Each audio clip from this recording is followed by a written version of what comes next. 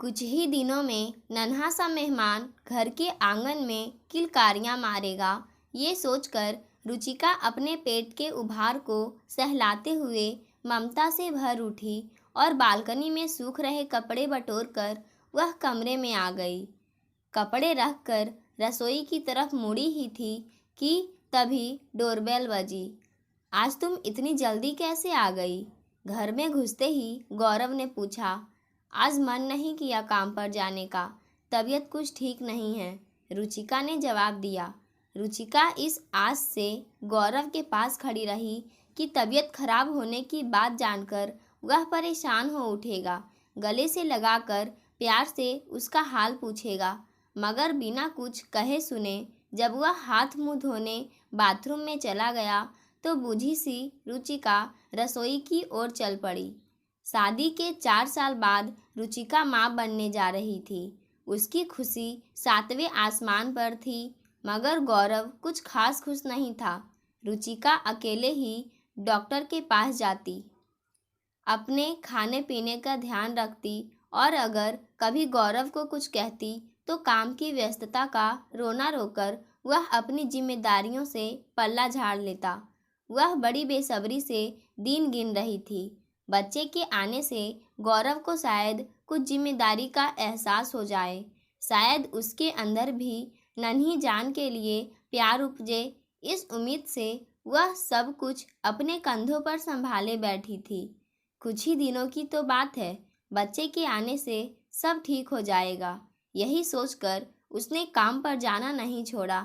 ज़रूरत भी नहीं थी, क्योंकि उसकी और गौरव की कमाई से ही घर मज़े से चल रहा था।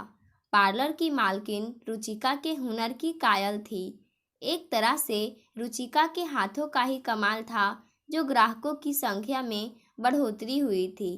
रुचिका की इस नाजुक वक्त में पार्लर की मालकिन और बाकी लड़कियां उसे पूरा सहयोग देती। उसका जब कभी भी जी मचलाता या तबीयत खराब लगती तो वह काम से छुट्टी ले लेती। एक प्राइवेट कंपनी में मैनेजर गौरव स्वभाव से रूखा था। उसके अधीन 2-4 लोग काम करते थे। उसके ऑफिस में एक पोस्ट खाली थी जिसके लिए विज्ञापन दिया गया था। कंपनी में ग्राहक सेवा के लिए योग्यता के साथ साथ किसी मिलनसार और आकर्षक व्यक्तित्व की ज़रूरत थी। फिर एक दिन तीखे नए नक्शों वाली सारिका नौकरी के आवेदन के लिए आई। उसकी मधुर आवाज़ और व्यक्तित्व से प्रभावित होकर और कुछ उसके पिछले अनुभव के आधार पर उसका चयन कर लिया गया। गौरव के अधीनस्थ होने के कारण उसे काम सिखाने की जिम्मेदारी गौरव पर ही थी। सारिका उन लड़कियों में से थी जिन्हें योग्यता से ज़्यादा अपनी सुंदरता पर भरोसा होता है। अब तक के अपने अनुभवों से वह जान चुकी थी कि किस तरह अदाओं के जलवे दिखाकर आसानी से सब कुछ हासिल किया जा सकता है। छोटे शहर से आई सारिका कामयाबी की मंजिल छूना चाहती थी। कुछ ही दिन काम करने के बाद वह समझ गई कि गौरव उस पर फिदा है। फिर इस बात का वह भरपूर फ़ायदा उठाने लगी। सारिका का जादू गौरव पर चला तो वह उस पर कुछ ज़्यादा ही मेहरबान रहने लगा। सारिका बहाने बनाकर ऑफिस के कामों को टाल देती जिन्हें गौरव दूसरे लोगों से करवाता। सारिका बेवजह छुट्टी लेकर आए दिन मौज मस्ती करने निकल पड़ती। उसे बस उस पैसे से मतलब था जो उसे नौकरी से मिलते थे। साथ में काम करने वाले लोग गौरव के दबदबे की वजह से सारिका की हरकतों को नज़रअंदाज कर देते। अपने यौवन और शोख अदाओं के बल पर सारिका गौरव के दिलो दिमाग में पूरी तरह उतर गई और उसकी ओर गौरव की नज़दीकियां बढ़ने लगी। काम के बाद दोनों कहीं घूमने निकल जाते। उसे खुश करने के लिए गौरव उसे महंगे तोहफे देता। आए दिन किसी 5 स्टार होटल में लंच या डिनर पर ले जाता। गौरव का मकसद सारिका को पूरी तरह से हासिल करना था और सारिका भी खूब समझती थी कि क्यों गौरव उसके आगे पीछे भंवरे की तरह मंडरा रहा है। पहले गौरव ऑफिस से घर जल्दी आता था तो दोनों पति पत्नी साथ में खाना खाते। अब देर रात तक रुचिका उसका इंतजार करती रहती और फिर अकेले ही खाकर सो जाती। कुछ दिनों से गौरव के रंग ढंग बदल गए थे। अब वो ऑफिस में भी सज धज कर जाने लगा था। उधर इन सब बातों से बेखबर रुचिका नन्हे मेहमान की कल्पना में डूबी रहती। उसकी दुनिया सिमट कर छोटी हो गई थी। एक रोज धोने के लिए कपड़े निकालते वक्त उसे गौरव की पैंट की जेब से फिल्म के 2 टिकट मिले। उसे थोड़ी हैरानी हुई क्योंकि गौरव फिल्मों का शौकीन नहीं था। कभी कोई अच्छी फिल्म लगी होती तो रुचिका ही जबरदस्ती उसे खींच कर ले जाती थी। उसने गौरव से इस बारे में पूछा तो टिकट की बात सुनकर वह कुछ सकपका गया। फिर तुरंत संभल कर उसने बताया कि ऑफिस के एक सहकर्मी के कहने पर वह चला गया था। बात आई गई हो गई। इस बात को कुछ ही दिन बीते थे कि एक दिन गौरव के बटुए में से रुचिका को सुनार की दुकान की एक पर्ची मिली। शंकित रुचिका ने गौरव के घर लौटते ही उस पर सवालों की बौछार कर दी। सारिका को जन्मदिन में देने के लिए गौरव ने एक गोल्ड रिंग बुक करवाई थी, लेकिन किसी शातिर अपराधी की तरह गौरव उस दिन सफ़ेद झूठ बोल गया। अपने होने वाले बच्चे का वास्ता देकर उसने रुचिका को यकीन दिला दिया कि उसके दोस्त ने अपनी पत्नी को सरप्राइज़ देने के लिए ही पर्ची उसके पास रखवाई है। इस घटना के बाद से गौरव कुछ सतर्क रहने लगा। अपनी जेब में कोई सबूत नहीं छोड़ना चाहता था। रुचिका की डिलीवरी का समय नज़दीक था। गौरव ने उसके जाने का इंतजार कर दिया। रुचिका अपनी माँ के घर चली आई। अपने मायके पहुँचने के कुछ दिन बाद ही रुचिका ने एक बेटे को जन्म दिया। उसकी खुशी का ठिकाना नहीं था। उसके दिन रात नन्हे आरव के साथ बीतने लगे। 4 दिन रुचिका और बच्चे के साथ रहकर गौरव ऑफिस में ज़रूरी काम की बात कहकर लौट आया। रुचिका के ना रहने पर वह अब बिल्कुल आज़ाद पंछी था। उसकी और सारिका की प्रेम लीला परवान चल रही थी। ऑफिस में लोग उनके बारे में दबी छिपी बातें करने लगे थे, मगर गौरव को अब किसी की परवाह नहीं थी। वह हर हालत में सारिका का साथ चाहता था। कुछ महीने बीते तो रुचिका ने गौरव को फ़ोन करके बताया कि वह अब घर आना चाहती है। जवाब में गौरव ने रुचिका को कुछ दिन और आराम करने की बात कही। रुचिका को गौरव की बात कुछ जची नहीं, मगर उसके कहने पर वह कुछ दिन और रुक गई। 3 महीने बीतने को आए, मगर गौरव उसे लेने नहीं आया तो उसने गौरव को बताए बिना खुद ही आने का फैसला कर लिया। दरवाजे की घंटी पर बड़ी देर तक हाथ रखने पर भी जब दरवाज़ा नहीं खुला तो रुचिका को फिक्र होने लगी। आज इतवार है, ऑफिस नहीं गए होंगे, दरवाजे पर ताला भी नहीं है, इसका मतलब कहीं बाहर भी नहीं गया है। तो फिर इतनी देर क्यों लग रही है उसे दरवाज़ा खोलने में, वह सोचने लगी। कंधे पर बैग उठाए और एक हाथ से बच्चे को गोद में संभाले वह अनमनी सी खड़ी थी कि खटाक से दरवाज़ा खुला। एक बिल्कुल अनजान लड़की को अपने घर में देख रुचिका हैरान रह गई। वह कुछ पूछ पाती उससे पहले ही सारिका बिजली की तेज़ी से वापस अंदर चली गई। गौरव ने रुचिका को यूँ इस तरह अचानक देखा तो उसकी सिट्टी पिट्टी गुम हो गई। उसके माथे पर पसीना आ गया। उसका घबराया चेहरा और घर में एक पराई औरत को अपनी गैर मौजूदगी में देख रुचिका का माथा ठनक गया। गुस्से में रुचिका की त्योरियां चढ़ गई। पूछा, कौन है यह और यहाँ क्या कर रही है तुम्हारे साथ? गौरव अपने सातिर दिमाग के घोड़े दौड़ाने लगा। सारिका ऑफिस में उसके साथ ही काम करती है। यह बताने के साथ ही उसने रुचिका को एक झूठी कहानी सुना डाली कि किस तरह सारिका इस शहर में नई आई है। रहने की कोई ढंग की जगह ना मिलने की वजह से वह उसकी मदद इंसानियत के नाते कर रहा है। तो तुमने यह मुझे फ़ोन पर क्यों नहीं बताया? तुमने मुझसे पूछना भी जरूरी नहीं समझा कि हमारे साथ कोई रह सकता है या नहीं? यह आज ही तो आई है और मैं तुम्हें बताने ही वाला था कि तुमने आकर मुझे चौंका दिया। और देखो ना, मुझे तुम्हारी और मुन्ने की कितनी याद आ रही थी। गौरव ने उसकी गोद से आरव को लेकर सीने से लगा लिया। रुचिका का शक अभी भी दूर नहीं हुआ कि तभी सारिका बेहद मासूम चेहरा बनाकर उसके पास आकर बोली, मुझे माफ़ कर दीजिए, मेरी वजह से आप लोगों को तकलीफ़ हो रही है। वैसे इसमें इनकी कोई गलती नहीं है। मेरी मजबूरी देखकर इन्होंने मुझे यहाँ रहने को कहा। मैं आज ही किसी होटल में चली जाती हूँ। इस शहर में बहुत से वुमेन हॉस्टल भी होते हैं। तुमने वहाँ पता क्यों नहीं किया? रुचिका बोली। जी है तो सही, लेकिन सब जगह किसी जान पहचान वाले की गारंटी चाहिए और यहाँ मैं किसी को नहीं जानती। गौरव और सारिका अपनी मक्कारी से रुचिका को शीशे में उतारने में कामयाब हो गए। रुचिका उन दोनों की तरफ चालाक नहीं थी। सारिका की अकेली औरत होने की बात से उसके दिल में थोड़ी सी हमदर्दी जाग उठी। उनका गेस्ट रूम खाली था तो उसने सारिका को कुछ दिन रहने की इजाज़त दे दी। गौरव की तो जैसे बांछें खिल गई। एक ही छत के नीचे पत्नी और प्रेमिका दोनों का साथ उसे मिल रहा था। वह अपने को दुनिया का सबसे खुशनसीब मर्द समझने लगा। रुचिका के आने के बाद गौरव और सारिका की प्रेम लीला में थोड़ी रुकावट तो आई, पर दोनों अब होशियारी से मिलने जुलते। कोशिश होती कि ऑफिस से भी अलग अलग समय पर निकले ताकि किसी को शक न हो।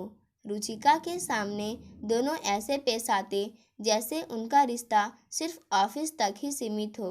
रुचिका घर की मालकिन थी तो हर काम उसकी मर्जी से होता था। थोड़े ही अंतराल बाद सारिका उसकी स्थिति की तुलना खुद से करने लगी थी। उसके तन मन पर गौरव अपना हक जताता था, मगर उनका रिश्ता कानून और समाज की नज़रों में नाजायज़ था। ऑफिस में वह सबके मनोरंजन का साधन थी। सब उससे चुहल भरे लहजे में बात करते। उनकी आंखों में सारिका को अपने लिए इज्जत कम और हवस ज़्यादा दिखती थी। समाज में पत्नी का दर्जा क्या होता है, गौरव और रुचिका के साथ रहते हुए उसे इस बात का अंदाज़ा हो गया था। रुचिका की जो जगह उस घर में थी, वह जगह अब सारिका लेना चाहती थी। वह सोचने लगी, आखिर कब तक वह गौरव की खेलने की चीज़ बनकर रहेगी। कभी ना कभी तो गौरव इस खिलौने से ही उब जाएगा। सारिका को अब अपने भविष्य की चिंता होने लगी थी। गौरव के पास ओहदा और पैसा दोनों थे। उसके साथ रहकर सारिका को अपना भविष्य सुनहरा लग रहा था, तो उसने अब अपना दांव फेंकना शुरू कर दिया। वह गौरव पर रुचिका को तलाक देने का दबाव डालने लगी। शातिर दिमाग गौरव को घर वाली और बाहर वाली दोनों का सुख मिल रहा था। वह शादी के पचड़े में नहीं पड़ना चाहता था। उसने सारिका को कई तरीकों से समझाने की कोशिश की। वह जिद पर अड़ गई। उसने गौरव के सामने शर्त रख दी कि या तो वह रुचिका को तलाक देकर उससे शादी करे या फिर वह सदा के लिए उससे अपना रिश्ता तोड़ लेगी। कंटीली, चितवन और मदमस्त हुस्न की मालकिन सारिका को गौरव कतई नहीं छोड़ना चाहता था। उसने सारिका के कुछ दिन की मोहलत मांगी। एक रात रुचिका की नींद अचानक खुली तो उसने पाया गौरव बिस्तर से नदारद है। रुचिका को बातचीत की आवाज़ें सुनाई दी तो वह कमरे से बाहर आई। आवाज़ें सारिका के कमरे से आ रही थी। दरवाज़ा पूरी तरह बंद नहीं था। एक झिरी से रुचिका ने अंदर झाँका। बिस्तर पर सारिका और गौरव सिर्फ एक चादर लपेटे हम बिस्तर थे। दोनों इतने बेखबर थे कि उन्हें रुचिका के वहाँ होने का भी पता नहीं चला। उस दृश्य ने रुचिका को जड़ कर दिया। उसकी हिम्मत नहीं हुई कुछ देर और वहाँ रुकने की। जैसे गई थी वैसे ही उल्टे पांव कमरे में लौट आई। आंखों से लगातार आंसू बहते जा रहे थे। उसकी नाक के नीचे ये सब हो रहा था और वह बेखबर थी। वह यकीन नहीं कर पा रही थी कि उसके साथ इतना बड़ा विश्वासघात किया दोनों ने। रुचिका के दिल में नफरत का ज्वार भाटा उछाल मार रहा था। उसके आंसू पोंछने वाला वहाँ कोई नहीं था। दिमाग में बहुत से विचार कुलबुलाने लगे। अगर अभी कमरे में जाकर दोनों को जलील करे तो उसका मन शांत हो जाए और फिर वह हमेशा के लिए यह घर छोड़कर चली जाए। फिर उसे ख्याल आया कि वह क्यों अपना घर छोड़कर जाए। यहाँ से जाएगी तो सारिका, जिसने उसके सुहाग पर डाका डाला। अपने सोते हुए बच्चे पर नज़र डाल रुचिका ने खुद को किसी तरह संयत किया और फिर एक फैसला ले लिया। रुचिका को नींद में बेखबर समझ बड़ी देर बाद गौरव अपने कमरे में लौट आया और चुपचाप बिस्तर पर लेट गया, मानो कुछ हुआ ही नहीं। दूसरी सुबह जब सारिका ऑफिस के लिए निकली रही थी, तभी रुचिका ने उसका रास्ता रोक लिया। बोली, सुनो सारिका, अब तुम यहाँ नहीं रह सकती, इसलिए आज ही अपना सामान उठाकर चली जाओ। रुचिका की आंखों में उसके लिए नफरत के शोले धधक रहे थे। यह क्या कह रही हो तुम? सारिका कहीं नहीं जाएगी, गौरव ने बीच में आते हुए कहा। मैंने बोल दिया है, इसे जाना ही होगा। गौरव की सह पाकर सारिका गौरव के साथ खड़ी हो गई तो रुचिका के तन बदन में आग लग गई। एक तो चोरी, ऊपर से सीना जोरी। सारिका की ठिठाही देखकर रुचिका से रहा नहीं गया। गुस्से की ज्वाला में उबलती रुचिका ने सारिका की बाह पकड़कर उसे लगभग धकेल दिया। तभी एक जोरदार तमाचा रुचिका के गाल पर पड़ा। वह शन रह गई। एक दूसरी औरत के लिए गौरव उस पर हाथ उठा सकता है, वह सोच भी नहीं सकती थी। उसकी आंखें भर आई। गौरव के रूप में एक अजनबी वहां खड़ा था, उसका पति नहीं। फिर किसी जख्मी शेरनी से गुर्राकर रुचिका बोली, सब समझती हूँ मैं, तुम इसे यहाँ क्यों रखना चाहते हो। कल रात अपनी आंखों से देख चुकी हूँ तुम दोनों की घिनौनी करतूत। मर्यादा की सारी हदें तोड़ते हुए गौरव ने रुचिका के सामने ही सारिका की कमर में हाथ डाल दिया और एक कुटिल मुस्कान उसके होठों पर आ गई। चलो, अच्छा हुआ जो तुम सब जान गई। तो अब यह भी सुन लो, मैं सारिका से शादी करने वाला हूँ और यह मेरा अंतिम फैसला है। सुनकर रुचिका अवाक रह गई। उसे यकीन हो गया गौरव अपने होशो हवास में नहीं है। जो कुछ किया धरा है वह सारिका का ही किया है। तुम अपने होश में नहीं हो गौरव, या हम दोनों के बीच नहीं आ सकती। मैं तुम्हारी बीवी हूँ, तुम हम दोनों के बीच आ रही हो। मैं अब तुम्हारे साथ एक पल भी नहीं रहना चाहता। गौरव ने बिना किसी लाग लपेट के दो टूक जवाब दिया। रुचिका अपने ही घर में अपराधी की तरह खड़ी थी। गौरव और सारिका के एक पलड़े में थे और उनका पलड़ा भारी था।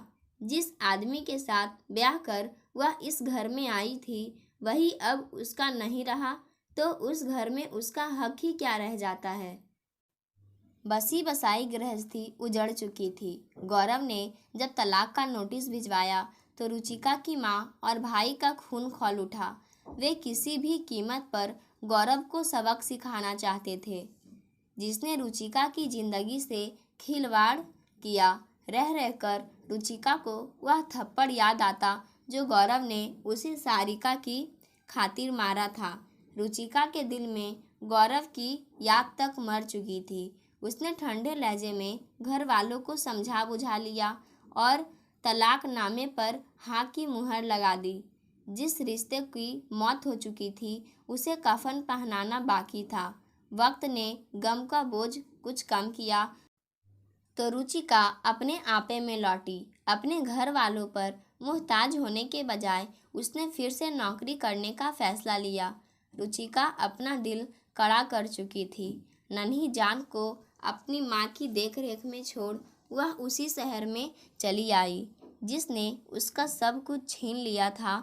सीने में धधकती आग लेकर रुचिका ने अपने को काम के प्रति समर्पित कर दिया। जिंदगी की गाड़ी एक बार फिर पटरी पर आने लगी। ब्यूटी पार्लर में उसके हाथों के हुनर को ग्राहक कायल थे। उसे अपने काम में महारत हासिल हो चुकी थी। कुछ समय बाद ही रुचिका ने नौकरी छोड़ दी। अब वह खुद का काम शुरू करना चाहती थी। अपने बेटे की याद आते ही तड़प उठती। वह उसे अपने पास रखना चाहती थी, मगर फिलहाल उसे किसी ढंग की जगह की ज़रूरत थी जहां वह अपना पार्लर खोल सके। तलाक के बाद कोर्ट के आदेश पर रुचिका के गौरव से जो रुपये मिले उनमें अपनी कुछ जमा पूंजी मिलाकर उसके पास इतना पैसा हो गया कि वह अपना सपना पूरा कर सकती थी। अपने पार्लर के लिए जगह तलाश करने की दौड़ धूप में उसकी मुलाकात प्रॉपर्टी डीलर सूरज से हुई, जिसने रुचिका को शहर के कुछ इलाकों में कुछ जगह दिखाई। असमंजस में पड़ी रुचिका जब कुछ तय नहीं कर पाई तो सूरज ने खुद ही उसकी परेशानी दूर करते हुए एक अच्छी रिहायशी जगह में उसे जगह दिलवा दिया। अपना कमीशन भी कम कर दिया तो रुचिका सूरज की एहसानमंद हो गई। सूरज की प्रॉपर्टी डीलिंग के ऑफिस के पास ही रुचिका का पार्लर खुल गया। आते जाते दोनों की अक्सर मुलाकात हो ही जाती। कुछ समय बाद उनका साथ उठना बैठना भी हो गया। सूरज रुचिका के अतीत से वाकिफ था, बावजूद इसके वह कभी भूल से भी रुचिका को पुरानी यादें नहीं करने देता। उसकी हमदर्दी भरी बातें रुचिका के टूटे मन को सुकून देती। जिंदगी ने मानो हंसने मुस्कुराने का बहाना दे दिया था। दोस्ती कुछ गहरी हुई तो दोनों की शामें साथ गुजरने लगी। शहर में अकेली रह रही रुचिका पर कोई बंदिश नहीं थी। वह जब चाहती तब सूरज की बाहों में चली आती। एक सुहानी शाम रुचिका की गोद में सिर रखकर उसके महकते आंचल से आंखें मूंदे लेटे सूरज से रुचिका ने पूछा, सूरज, हम कब तक यूं ही मिलते रहेंगे? क्या कोई भविष्य है इस रिश्ते का? रोमानी ख्यालों में डूबा सूरज एकाएक पूछे गए इस सवाल से चौंक गया। बोला, जब तक तुम चाहो मैं हमेशा तुम्हारे साथ रहूँगा। रुचिका खुद तय कर नहीं कर पा रही थी कि इस रिश्ते का कोई अंजाम है भी या नहीं। किसी की प्रेमिका बनकर प्यार का मीठा फल चखने में उसे आनंद आने लगा था, पर यह साथ ना जाने कब छूट जाए इस बात से उसका दिल डरता था। जब सूरज ने उसे बताया कि उसके घर वाले पुराने विचारों के हैं तो रुचिका को यकीन हो गया कि उसके तलाकशुदा होने की बात जानकर वे सूरज के साथ उसकी शादी को कभी स्वीकार नहीं करेंगे। आने वाले कल का डर मन में छिपा था, मगर अपने वर्तमान में वह सूरज के साथ खुश थी। सूरज की बाइक पर उसके साथ सटकर बैठी रुचिका को एक दिन जब गौरव ने बाजार में देखा तो वह नाक की तरह फुफकार उठा। रुचिका अब उसकी पत्नी नहीं थी। यह बात जानते हुए भी रुचिका का किसी और मर्द के साथ इस तरह घूमना फिरना उसे नागवार गुजरा। उसकी कुंठित मानसिकता यह बात हजम नहीं कर पा रही थी कि उसकी छोड़ी हुई औरत किसी और मर्द के साथ गुलछर्रे उड़ाए। घर आकर गौरव बहुत देर तक उत्तेजित होता रहा। रुचिका उस आदमी के साथ कितनी खुश लग रही थी, उसे यह बात रह रह कर दंश मार रही थी।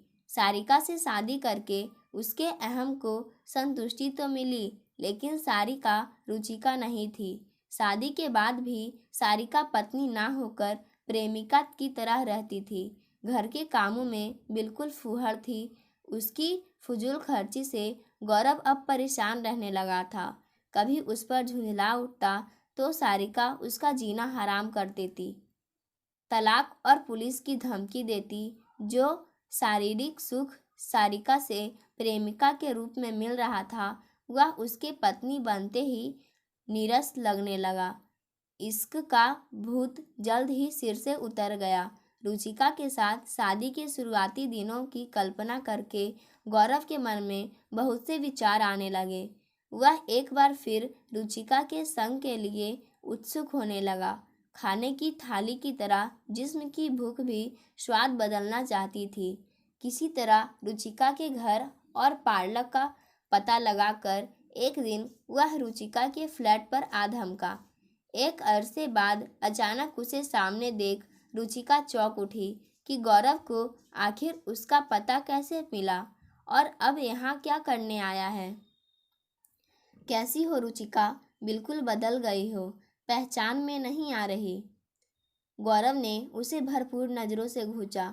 रुचिका सज संवर कर रहती थी ताकि उसके पार्लर में ग्राहकों का आना बना रहे। अब वह आधुनिक फैशन के कपड़े भी पहनने लगी थी। सलीके से कटे बाल और आत्मनिर्भरता के भाव उसके चेहरे की रौनक बढ़ा रहे थे। उसका रंग रूप भी पहले की तुलना में निखर आया था। कांच के मानिंद टूटे दिल के टुकड़े बटोरते उसके हाथ लहूलुहान भी हुए थे, मगर उसने अपनी हिम्मत कभी नहीं टूटने दी। वह अब जीवन की हर मुश्किल का सामना कर सकती थी। तो फिर गौरव क्या चीज़ थी? किसी काम से आए हो? उसने बेहद उपेक्षा भरे लहजे में पूछा। उसकी बेखौफी देख गौरव जल भून गया, लेकिन फौरन उसे पलटवार किया। मैं अपने बेटे से मिलने आया हूँ। तुमने मुझे मेरे ही बेटे से अलग कर दिया। आज अचानक तुम्हें बेटे पर प्यार कैसे आ गया? इतने दिनों में तो एक बार भी खबर नहीं ली उसकी। एक व्यंग्य भरी मुस्कुराहट रुचिका के अंधरों पर आ गई। तुम्हें क्या लगता है मैं आरव से प्यार नहीं करता? बाप हूँ उसका। जितना हक तुम्हारा है उतना मेरा भी है। तो तुम अब हक जताने आए हो। कानून ने तुम्हें बेशक हक दिया है, मगर वह मेरा बेटा है, रुचिका ने कहा। बेटे से मिलना बस एक बहाना था गौरव के लिए। उसे तो रुचिका के साथ की प्यास थी। बोला, सुनो रुचिका, मैं तुम्हारा गुनहगार हूँ। मुझसे बहुत बड़ी गलती हो गई। हो सके तो मुझे माफ़ कर दो। गौरव के तेवर अचानक नर्म पड़ गए। उसने रुचिका का हाथ पकड़ लिया। तभी एक झन्नाटेदार तमाचा गौरव के गाल पर पड़ा। रुचिका ने बिजली की फुर्ती से फौरन अपना हाथ छुड़ा लिया। गौरव का चेहरा तमतमा गया। इस खातिरदारी की तो उसे उम्मीद ही नहीं थी। वह कुछ बोलता उससे पहले ही रुचिका गुर्राई। आज के बाद दोबारा मुझे छूने की हिम्मत की तो अंजाम इससे भी बुरा होगा। यह मत भूलो कि तुम अब मेरे पति नहीं हो और एक गैर मर्द मेरा हाथ इस तरह नहीं पकड़ सकता। समझे तुम? अब दफ़ा हो जाओ यहाँ से। रुचिका को एक भद्दी सी गाली देते हुए गौरव बोला, सती सावित्री बनने का नाटक कर रही हो? किस किस के साथ अयासी करती हो सब जानता हूँ। अगर उनके साथ तुम खुश रह सकती हो तो मुझ में क्या कमी है? मैं अगर चाहूँ तो तुम्हारी इज्जत सारे शहर में उछाल सकता हूँ। इस थप्पड़ का बदला तो मैं लेकर रहूँगा। और फिर रुचिका को बदनाम करने की धमकी देकर गौरव वहाँ से चला गया। कितना नीच और कुरूर हो चुका है गौरव। रुचिका की सहनशक्ति जवाब दे गई। वह तकिए पर सिर रखकर खुद पर रोती रही। जुल्म उस पर हुआ था और कसूरवार भी उसे ही ठहराया जा रहा था। इस मुश्किल की घड़ी में उसे सूरज की ज़रूरत होने लगी। उसके प्यार का मरहम उसके दिल को सुकून दे सकता था। उसने अपने फ़ोन पर सूरज का नंबर मिलाया। कई बार कोशिश करने पर भी जब उसने फ़ोन नहीं उठाया तो वह अपना पर्स उठाकर उससे मिलने चल पड़ी। गौरव किसी भी हद तक जा सकता है, या रुचिका को यकीन था वह चुप नहीं बैठेगा। अगर उसकी बदनामी हुई तो उसके पार्लर के बिजनेस पर असर पड़ सकता है। वह सूरज से मिलकर इस मुश्किल का कोई हल ढूंढना चाहती थी। क्या पता उसे पुलिस की भी मदद लेनी पड़े। सूरज के ऑफिस में ताला लगा देखकर वह निराश हो गई। सूरज उसके एक बार बुलाने पर दौड़ा चला आता था, फिर आज उसका फ़ोन क्यों नहीं उठ रहा?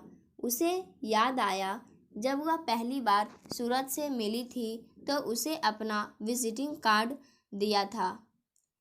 उसने पर्स टटोला, कार्ड मिल गया। ऑफिस और घर का पता उसमें मौजूद था। उसने पास से गुजरते ऑटो को हाथ देकर रोका और पता बताया। धड़कते दिल से रुचिका ने फ्लैट की घंटी बजाई। एक आदमी ने दरवाज़ा खोला। रुचिका ने उससे सूरज के बारे में पूछा तो वह अंदर चला गया। थोड़ी देर बाद एक औरत बाहर आई, बोली, जी कहिए, किससे मिलना है?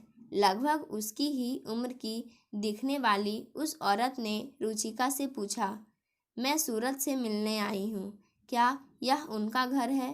पूछते हुए उसे थोड़ा अटपटा लगा कि पता नहीं यह सही पता है भी या नहीं। मैं सूरज की पत्नी हूँ। क्या काम है आपको? आप अंदर आ जाइए, सूरज की पत्नी विनम्रता से बोली। रुचिका ने उस औरत को करीब से देखा। वह सुंदर और मासूम थी। मांग में सिंदूर दमक रहा था और चेहरे पर एक पत्नी का विश्वास। कुछ रुककर अपनी लड़खड़ाती जबान पर काबू पाकर रुचिका बोली, कोई खास बात नहीं थी। मुझे एक मकान किराए पर चाहिए था। उसी सिलसिले में बात करनी थी। मगर आपने अपना नाम तो बताया नहीं। मैं अपने पति को कैसे आपको संदेश दूंगी? रुचिका पलटकर तेज कदमों से मकान की सीढ़ियां उतर सड़क पर आते हुए बोली, वे खुद समझ जाएंगे। उसकी आंखें समय रहते खुल गई। अजीब मजाक किया था कुदरत ने उसके साथ। उसने शुक्र मनाया सूरज ने भी बड़ी दोहराया था जो गौरव ने उसके साथ किया था। एक बार फिर से वह ठगी गई थी, मगर इस बार वह मजबूती से अपने पैरों पर खड़ी थी। जिस जगह पर कभी सारिका थी उसी जगह पर उसने आज खुद को पाया। क्या फर्क था भला उसमें और सारिका में? रुचिका ने सोचा। नहीं, बहुत फर्क है। उसका जमीर अभी मरा नहीं। वह इतनी खुदगर्ज नहीं हो सकती कि किसी का बसेरा उजाड़े। जो गलती उससे हो गई है उसे अब वह दोहराएगी नहीं। उसने तय कर लिया कि अब वह किसी को अपने दिल से खेलने नहीं देगी, चाहे उसका पति ही क्यों ना हो, और अपने बेटे के सहारे बाकी का जीवन काट लूँगी। पाठकों, आज की कहानी यहीं समाप्त होती है। धन्यवाद।